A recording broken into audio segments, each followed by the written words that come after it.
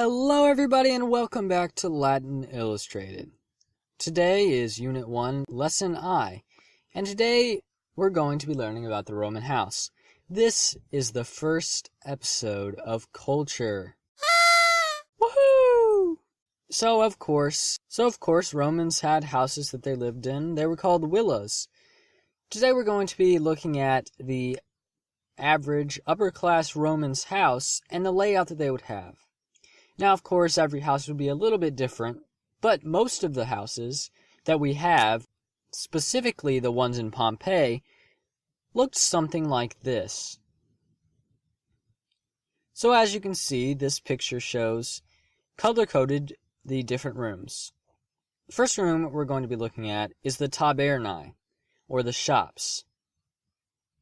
The Romans were smart enough to realize they could make a little cash off of having shops right off their house. So what they would do is have empty rooms that had windows or doors that opened right up into the street, and then they would rent them out, and they'd earn a little extra cash. So the upper-class Romans, and even the middle-class Romans, would have shops like that. Now, as you can see in this picture, we can see the shop interior, and it also had a door that covered it during the night, so that goods weren't stolen. We can also see the house door, which surprisingly was not adorned at all. And the reason that was not adorned is because the inside was more important. The fauces, or the hall, entrance hall, was where the doorman would go, but the atrium was the real part of the house. This is where the master would show off all his fanciest belongings. Here we have an illustration of an atrium, or a greeting hall. Now we can see the lares, which is a small temple with personal gods that would serve the family that they would make offerings to in times of trouble. We can also see the door to the bedroom. That would be the red curtain hanging down, because they didn't have wooden doors. Now if you look around, you can see different lampposts and many gold things, because this was the fanciest room. The impluvium is a container which holds water. Above this room would be a hole in the ceiling. The rain would fall down into the impluvium through the compluvium, or the hole in the ceiling, and fill a tank, so that they would have some water, and they would also have sunlight that was coming in through the roof. The next room we're going to look at is the cubiculi, or the bedrooms. A typical Roman home would have 5 bedrooms.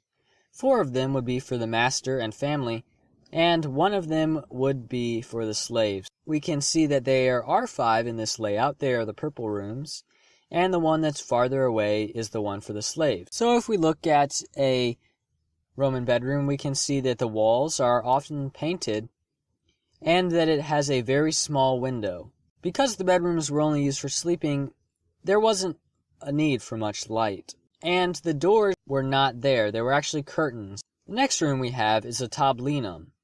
A tablinum was the study where the master would work every day. This would contain a table and often other amenities. As you can see, the tablinum is rather lavish as well.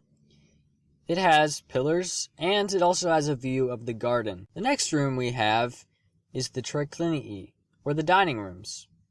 They would have 2 dining rooms. One would be a summer triclinium. It also had a view of the garden.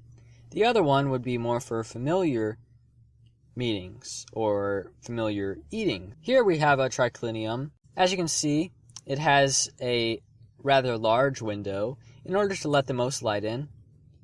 It has 3 couches surrounding a table that's rather small. Now 3 people would lay on each of these couches. That means 9 people could fit in the dining room.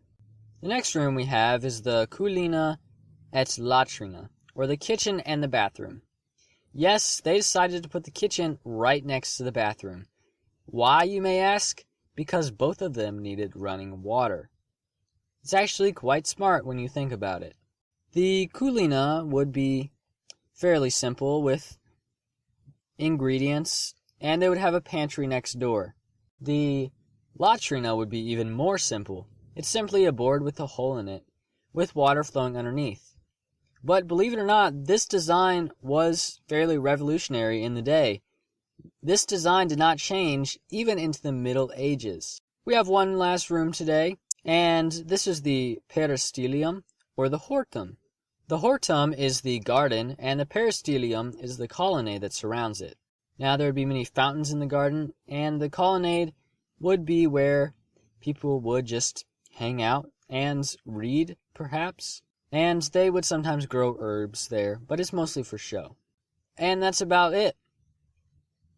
Today, we looked at the tabernae, cubiculi, atrium, tablino, triclinium, the latrina et culina, and the hortum or peristylium. And that's it.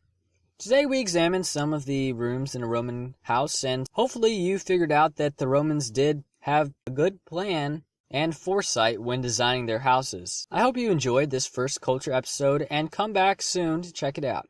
If you liked this video, please give it a thumbs up, and if you can't wait for the next video, please subscribe to the channel. Remember, dicere autros rache es orvir oporta. This has been Latin Illustrated Unit 1, Lesson I, The Roman House.